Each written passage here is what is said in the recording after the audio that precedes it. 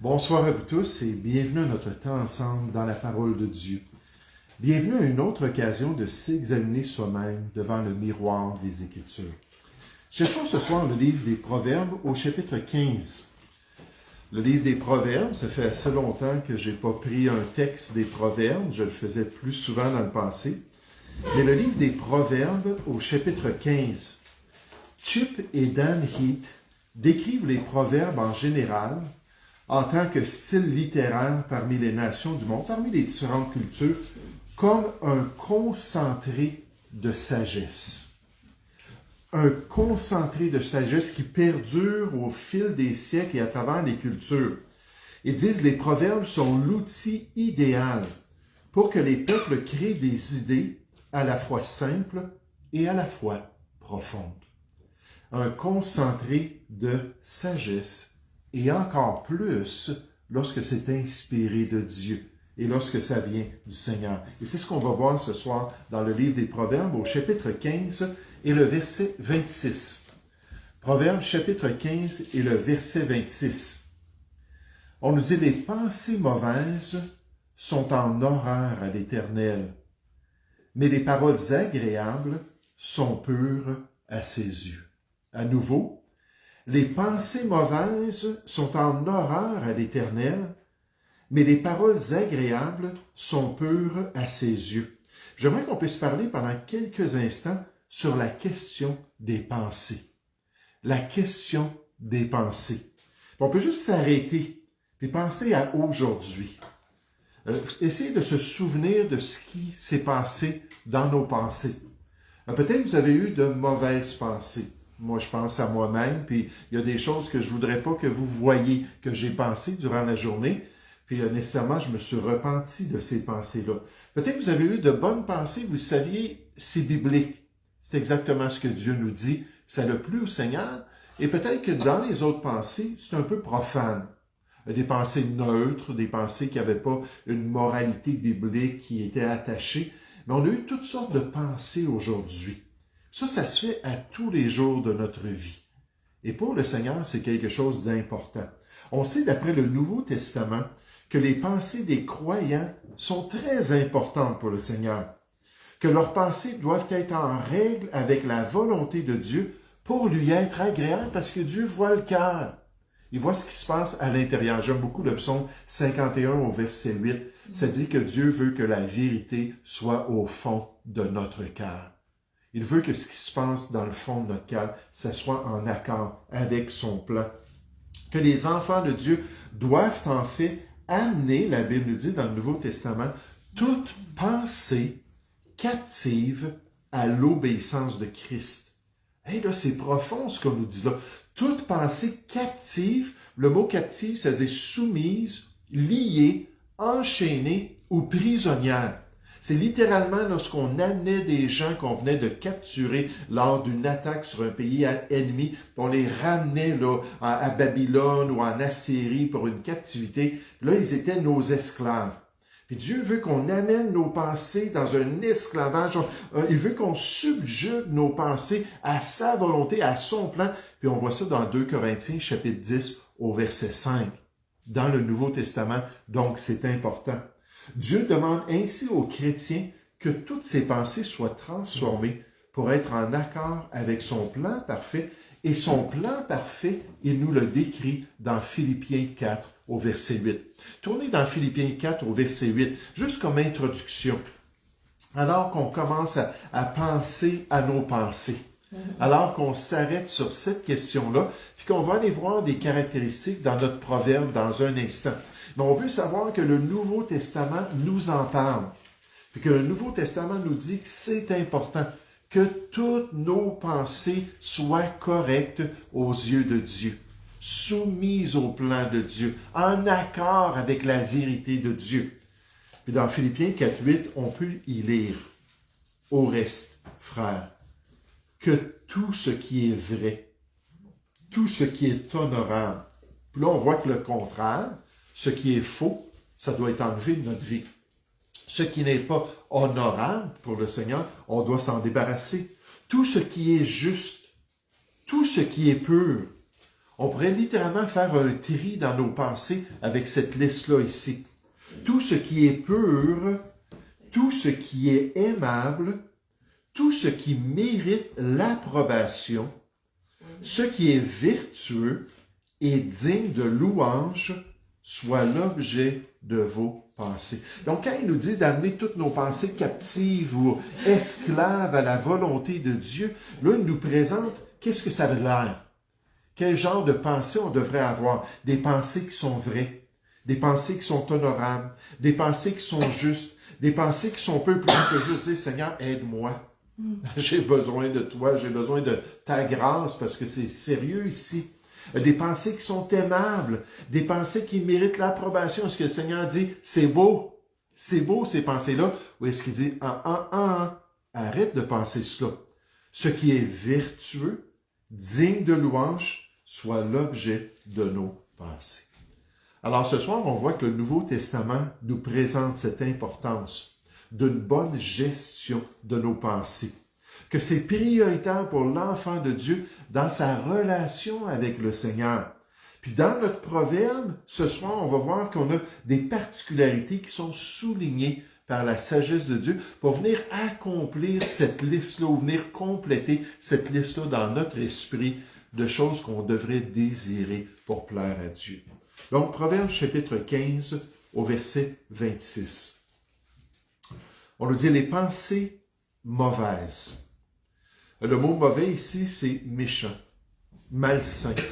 Des pensées qui démontrent de l'amertume, des pensées qui démontrent une rancune, des pensées qui démontrent qu'on veut se venger de quelqu'un. C'est rien de bon, là. C'est rien d'aimable. C'est rien qui représente de l'amour pour autrui. Les pensées mauvaises sont en horreur à l'Éternel. On va voir ça dans un instant. Mais les paroles agréables sont pures à ses yeux. Quel contraste! Quelque chose qui est abominable, quelque chose qui est pur aux yeux de Dieu. Qu'est-ce qu'on apprend donc dans ce proverbe concernant nos pensées? On apprend ce soir que Dieu n'apprécie pas les mauvaises pensées. Dieu n'apprécie pas les mauvaises pensées dans la vie du croyant. Et que pour avoir des pensées captives à l'obéissance de Jésus, il faut être prêt à rejeter ces mauvaises pensées qui déplaisent au Seigneur. Qu'il faut renoncer à des pensées qui sont malsaines, à des pensées qui sont méchantes, parce que c'est contraire à sa volonté. Que le chrétien devrait avoir une tolérance zéro pour de telles pensées qui ne sont pas selon le plan de Dieu pour sa vie. Donc, le verset 26, on nous dit, les pensées mauvaises sont en horreur à l'Éternel. Donc, on décrit un peu plus le fait que c'est grave. Parce qu'on nous dit, ils sont en horreur à l'Éternel. Le mot horreur ici, ça veut dire quelque chose qui est abominable. Quelque chose que Dieu déteste. Quelque chose qui va contraire à son essence même, à sa nature même. Puis Dieu est repoussé par cela. Puis quand il voit un être humain avec des pensées méchantes et mauvaises comme ça, Dieu dit c'est totalement contraire à ma personne. Totalement contraire à qui je suis. On se souvient que dans 1 Jean 4.8 puis 1 Jean 4.16, on nous dit que Dieu est amour. Dans sa nature même, il est amour. Il veut le bien de l'être humain. Il veut être une bénédiction. Dieu nécessairement est juste aussi. Puis il est saint, puis il va punir. Mais à chaque fois qu'il punit, la Bible nous dit que son trône même est bâti sur la justice et l'équité.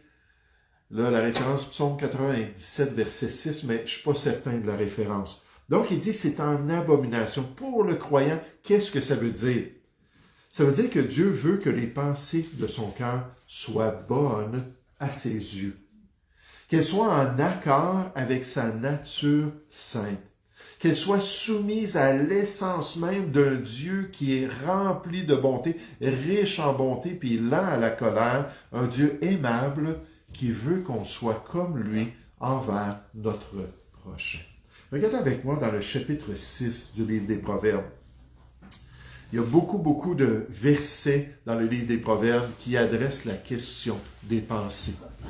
Nécessairement, c'est stratégique d'après la sagesse de Dieu.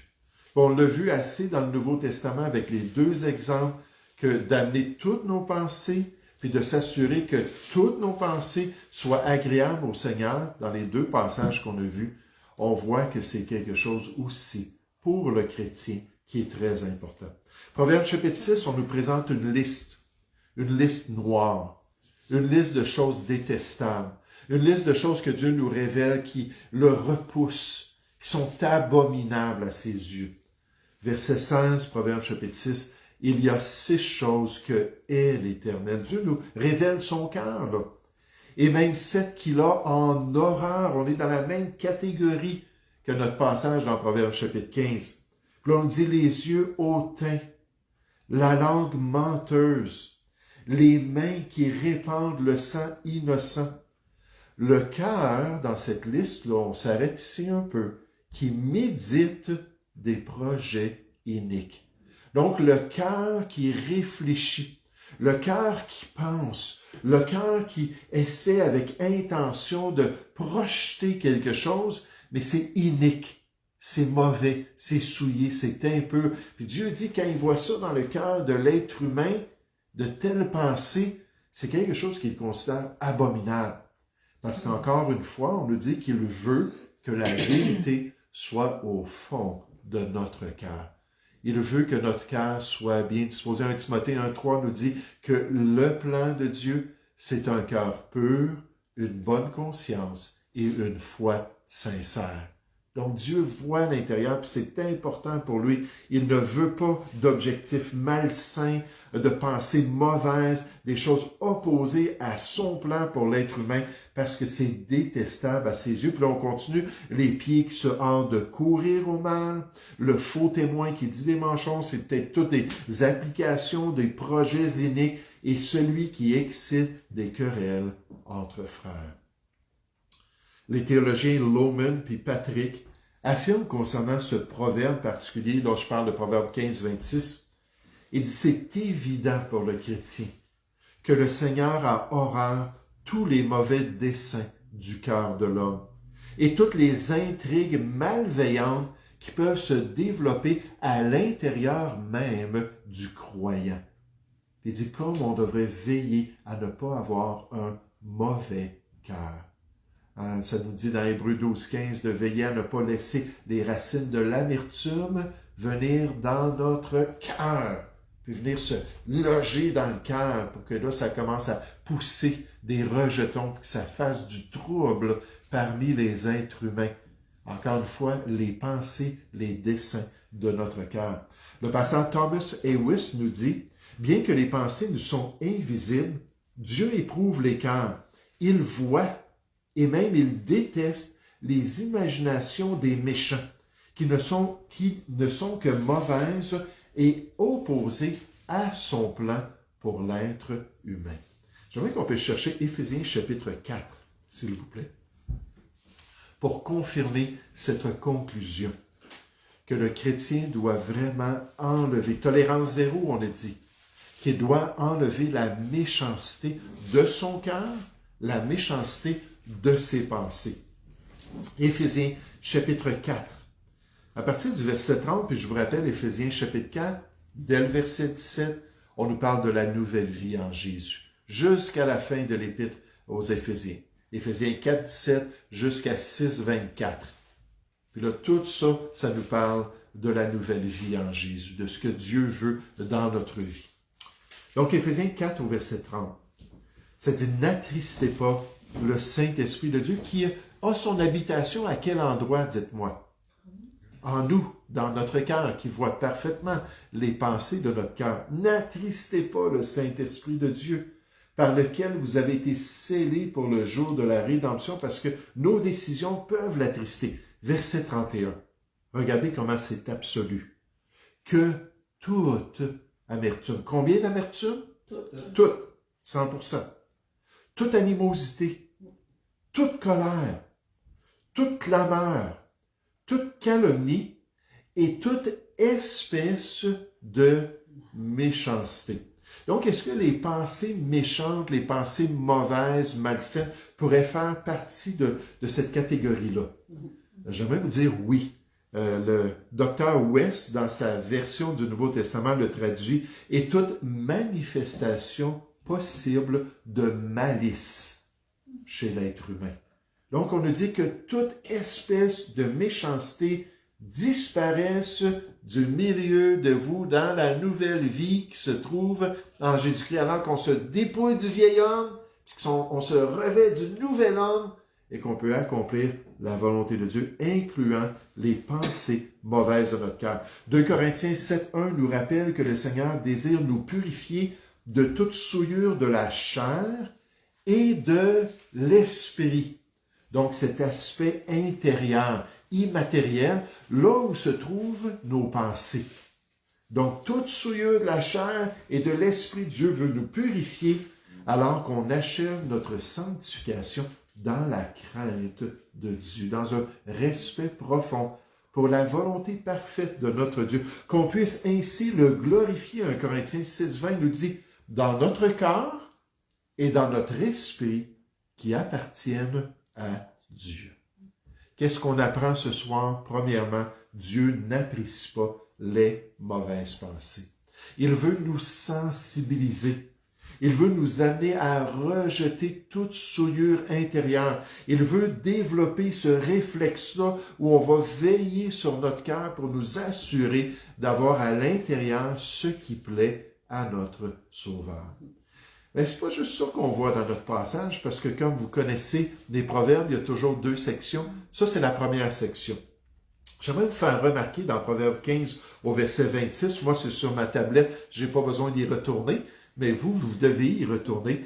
J'aimerais vous faire remarquer comment l'intérieur affecte l'extérieur. Comment l'intérieur affecte l'extérieur. Comment la gestion de nos pensées va affecter notre conduite, va affecter nos agissements, va affecter nos attitudes qui sont visibles aux yeux de tous. Jésus a dit dans Matthieu 23, verset 26, il a dit « Nettoie premièrement l'intérieur de la coupe et du plat. » Puis ça, c'était une image du cœur humain. Puis nécessairement, dans le contexte, c'était au sujet des chefs religieux, qui paraissaient beaux, qui savaient comment sourire, qui savaient comment se comporter, qui savaient c'était quoi les règlements, puis la liturgie du temple, et ainsi de suite. Tellement beau dans tout ce qu'ils faisaient, à l'intérieur, ils étaient pleins de rapines et d'impureté aux yeux de Dieu. Donc, nettoie premièrement l'intérieur, c'est ce qu'on a vu ce soir. Il faut nettoyer le cœur, il faut nettoyer nos pensées, afin que l'extérieur aussi devienne net. Ça, c'est le chrétien parfait. L'intérieur et l'extérieur qui sont nets. Alors ça serait vraiment une œuvre merveilleuse pour la gloire, quand on va être rendu dans la présence du Seigneur, dans la perfection même devant Dieu, où tout notre être va être parfait. Dans Marc 7, au verset 21, Jésus a dit, « Car c'est du dedans, c'est du cœur des hommes que sortent. » Puis là, il fait toute une liste de choses laides, méchantes, contraires à la volonté de Dieu. Puis là, il nous dit, toutes ces choses mauvaises sortent du dedans et souillent l'homme. Donc, c'est pas qu'est-ce que l'homme met dans son corps qui va le souiller, mais ce qui va sortir de son être, qui va le souiller, puis il dit, nettoyez donc l'intérieur, encore une fois, pour que l'extérieur puisse être propre. Lorsque le cœur est en règle avec Dieu, lorsque les pensées deviennent bonnes et pures à ses yeux, lorsque on fait ces efforts de veiller sur notre cœur, alors l'extérieur va manifester un changement remarquable à la gloire de Dieu qui va honorer le Seigneur ici-bas. Et c'est ce qu'on voit dans notre deuxième partie de Proverbes chapitre 15, verset 26. On le dit, les pensées mauvaises sont en horreur à l'Éternel, mais en contraste avec un cœur souillé. En contraste, lorsque les pensées mauvaises sont éliminées, on nous dit les paroles agréables sont pures à ses yeux. On voit quelqu'un qui a de la méchanceté, qui règle cela, puis qui est capable de parler avec bonté envers son prochain. C'est quoi les paroles agréables? Le mot agréable, ça veut dire des belles paroles. Même le mot peut vouloir dire quelque chose de splendide, quelque chose de remarquable, quelque chose qui est « Wow! Hey, je l'ai jamais entendu parler comme ça! » Wow, c'est donc bien édifiant tout à coup, Éphésiens 4, 29, qu'il sorte rien de mauvais de votre bouche, mais seulement quelques bonnes paroles qui servent à l'édification, communiquent une grâce à ceux qui l'entendent. Wow, comme c'est encourageant ce changement-là. Ça veut dire quelque chose de digne, quelque chose qui est approuvé aux yeux de Dieu. Les paroles agréables sont pures à ses yeux. Les mauvais desseins et les mauvais désirs, bien qu'ils ne soient pas réalisés, étant dans le cœur, sont tout de même abominables aux yeux de Dieu et seront en conséquence punis un jour par le Seigneur. Mais les discours pieux et bienveillants de ceux qui ont purifié leur âme en obéissant à la vérité, lui sont agréables, même lorsque leur pouvoir n'est guère plus grand. Je ne comprends pas exactement ce que le pasteur Thomas Scott dit ici, mais c'est correct. Et lorsque leurs efforts pour faire le bien ne mènent pas à de grands succès, toutefois, aux yeux de Dieu, c'est quelque chose qui lui est agréable.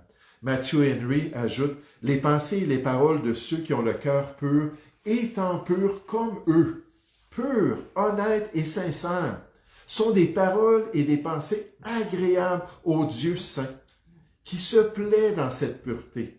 On peut comprendre à la fois leur dévotion envers Dieu et leur discours envers les hommes, tendant à l'édification du croyant. Les deux sont agréables lorsqu'ils viennent d'un cœur pur et un cœur qui est en accord avec le Seigneur. Pourquoi? Parce que l'intérieur a été purifié. Puis là, ensuite, l'extérieur va se manifester dans toute cette pureté et cette sainteté. Alors, qu'est-ce qu'on a appris ce soir de se concentrer spirituel dans le livre des Proverbes? On a appris cette leçon-là que Dieu n'apprécie pas les mauvaises pensées. Ça, il faut se rappeler de cela. Toute souillure intérieure déplaît au Seigneur. Toute méchanceté du cœur lui sont désagréables. Mais l'application, c'est qu'il faut gérer. Dieu s'attend à ce qu'on puisse gérer ce qui se passe ici, puis c'est pas impossible. Si on remplit notre cœur de la parole de Dieu, si on sert la parole de Dieu dans notre cœur, si la parole de Christ est dans toute sa richesse dans notre cœur, Colossiens 3,16, mais là, c'est des belles choses qui vont sortir. Parce que les paroles de Dieu sont toujours positives et sont toujours pour le bien du croyant et de ses relations avec autrui. Il faut bien gérer. Mais quoi d'autre? Qu'est-ce qu'on a appris ce soir? C'est que l'intérieur affecte l'extérieur. On nous dit que c'est de l'abondance du cœur que la bouche parle dans Matthieu 12 au verset 34. Puis je pense que c'est le verset 36, mais là je ne suis pas certain que ça nous dit qu'un jour tous les hommes, et là on peut penser aux inconvertis, parce qu'ils ne réalisent pas là, que ce qui se passe à l'intérieur, là, ce qu'ils tolèrent dans leur cœur, Dieu le voit, puis tout est pris en note. Là. Même les intentions du cœur vont être jugées un jour. Puis on nous dit que toutes paroles vaines qui seront sorties d'un cœur souillé vont être jugées par Dieu. Donc, d'être prêt à se laver l'intérieur, d'être prêt à s'assurer d'avoir un cœur qui est purifié, un cœur sur lequel on va veiller, Proverbe 4, 23, « Garde ton cœur plus que toute autre chose, car de lui viennent les sources de la vie, les manifestations de notre être. À nos agissements, ça vient du cœur, donc il faut garder notre cœur.